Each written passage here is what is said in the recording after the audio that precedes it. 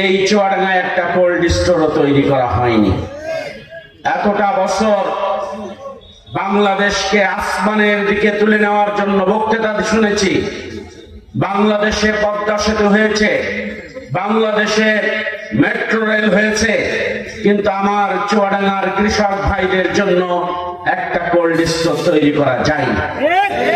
এইটা আমাদের দুর্ভাগ্য ছাড়া আর কিছু নয়।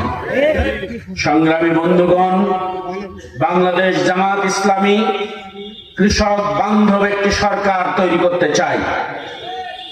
বাংলাদেশ জামাত ইসলামী আমিরে জামাত, সাবেক আমিরে জামাত যখন কৃষি মন্ত্রী ছিল, তখন প্রত্যেকটা ঘরে, প্রত্যেকটা উঠানে তিনি ফসলি ফলের বাগান তৈরি করেছিলেন।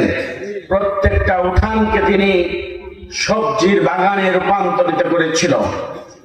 আমরা এই ছোট ছোট কাজগুলোকে হাতে নিয়ে বাংলাদেশের কৃষকদেরকে এগিয়ে নিয়ে যেতে চাই, তাদের অর্থনৈতিক সাপোর্ট দিতে চাই।